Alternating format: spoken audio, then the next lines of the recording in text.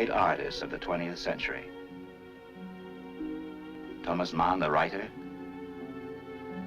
Luchino Visconti, the filmmaker. Two artists combined to tell the story of an artist.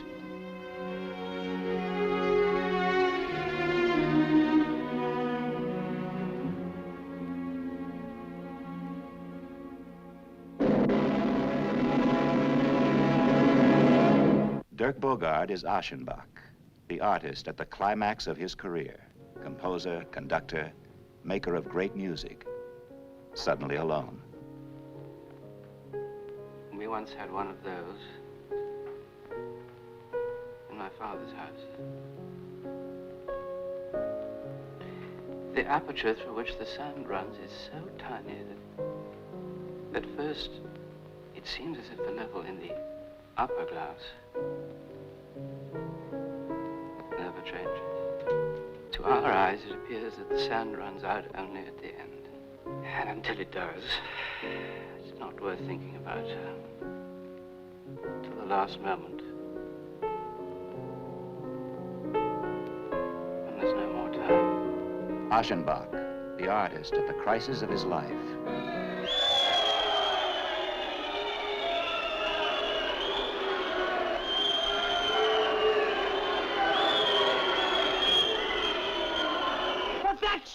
The abstraction of the senses.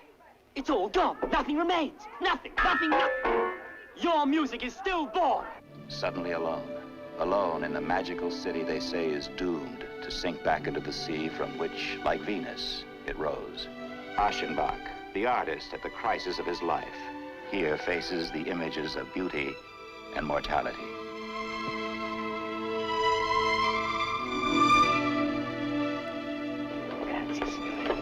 Why are they disinfecting Venice? Go away immediately, don't delay. Please, I beg you. Take Tadzio and your daughters.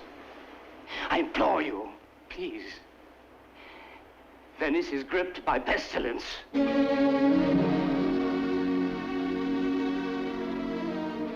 The appreciation of this major addition to those few films which join the canon of great art has been expressed by select audiences and critics in England and throughout the continent with the repeated use of one word: masterpiece.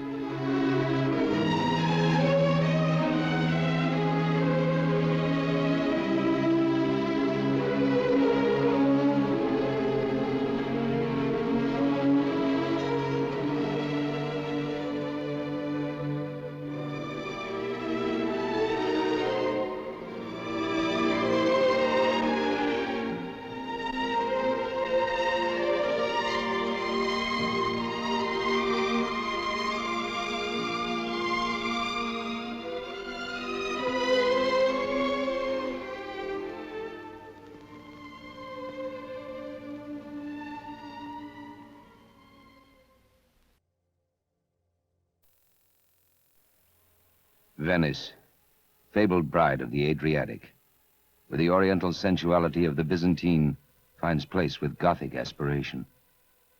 Venice, the seductress, who has held so many artists in her spell, now has captured another, the Count Luchino Visconti di Madrone.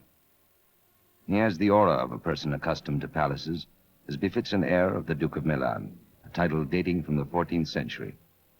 His gaze is that of a man who has seen everything worth noticing and of having understood it. He is also the senior of the great triumvirate, Visconti, Fellini, and Antonioni, which has dominated Italian film production for the past 20 years. This morning, in Venice, he will begin another shooting day on his newest film. In it, he combines talents with that of another major artist of our times, one of the great writers of world literature, Thomas Mann. It is to film Mann's masterpiece, Death in Venice, that Visconti rides the canals at 8 a.m. He begins work in a small piazza that serves as a setting for a scene that will appear in the film for only 2 minutes. It will take all day to shoot it. The company has been busy readying the location, preparing for the moment when Visconti will personally approve of every minute detail. they will recreate the hot summer of 1911, described by Thomas Mann in his book. Nothing escapes the director's eyes. Even when it comes to outfitting an old sailor in gear the man might have worn himself that year. Visconti's devotion to the look of the period embraces all the costuming. The fashions of the times are created by his close confidant, Piero Tossi, the designer who puts the ladies in cool linens and tops the costumes with flamboyant hats. The selection of an actor for the role of Tadzio was also determined by exhaustive search. Visconti finally decided upon young Bjorn Andresen. At 8:30, Dirk Bogarde begins his daily transformation into the character of Gustav von Aschenbach, the central figure in the story.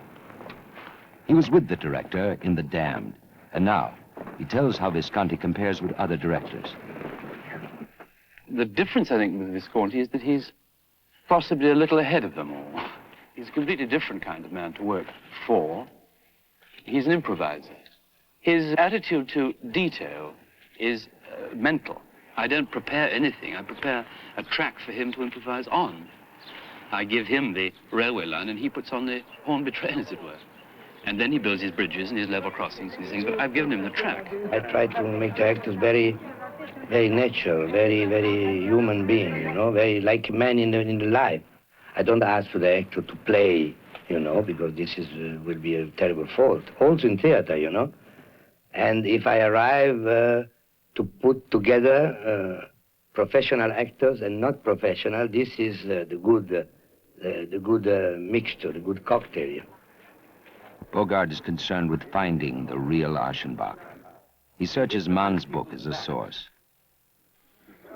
Hid behind people. Yes.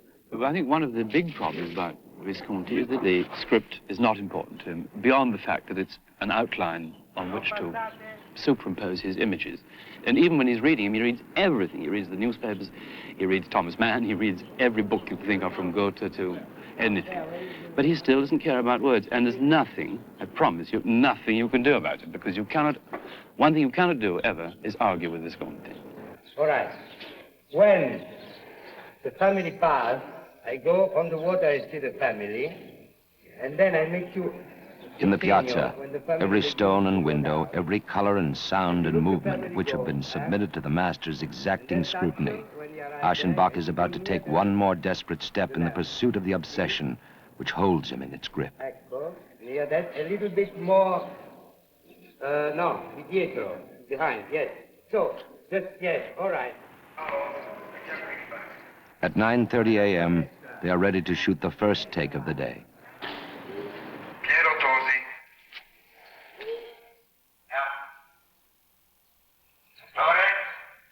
Silenzio, per favore. Azione!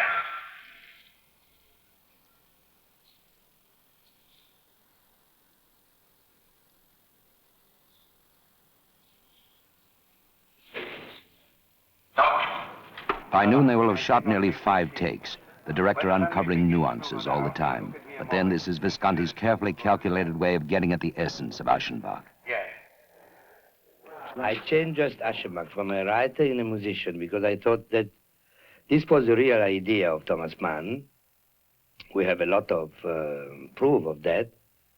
And that he thought about Gustav Mahler. And then I had the idea to make all a film with music of Mahler.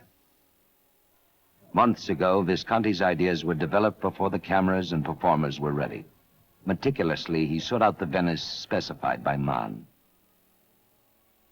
One translation made was to restore the Hotel des Bains in the Lido. During the winter, when the resort is closed, he took the empty, bare, and wasted old hotel and transformed it with the aid of an army of painters, carpenters, and workmen under the lead of a squad of designers to a realization of its greatest days, its most sumptuous moment of grandeur. Here in the magnificently recreated hotel of 1911, Aschenbach is immersed suddenly in a world of color and sound, and touch and taste, a world rich in idleness, and devoted to all the pleasures of haute bourgeoisie. The company returns from lunch, and Dirk Bogarde explains how Visconti concentrates on absolute craftsmanship. So Visconti is more than a perfectionist. He's a miniaturist. Everything has got to be absolutely perfect. The reflection of a glass dish on a child's face in a scene when I'm having a row with somebody else is equally as important to him as the row. He's extraordinary. It's because of this thing I said to you earlier on, knowing the mind so well and seeing the performance, not through the lens of the camera, which is a very separate thing, and seeing it on the floor, but through the eyes of the camera as well. Each time the scene in the piazza is shot, everything and everyone that will be within the camera's frame is presented for Visconti's eye and approval. It's now late in the afternoon, and this is the 9th take on the same scene.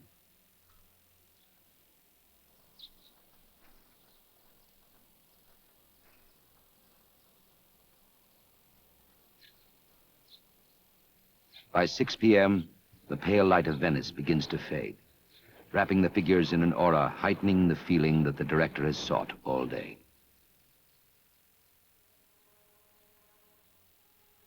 His uncompromising demands are being satisfied.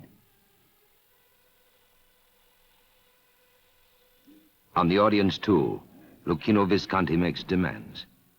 Whatever his project, it will evoke passionate curiosity and enthusiasm. Death in Venice is sure to be no exception.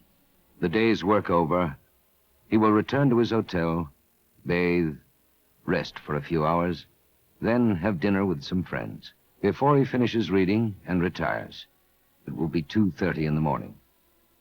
Luchino Visconti makes his own pace and functions best that way.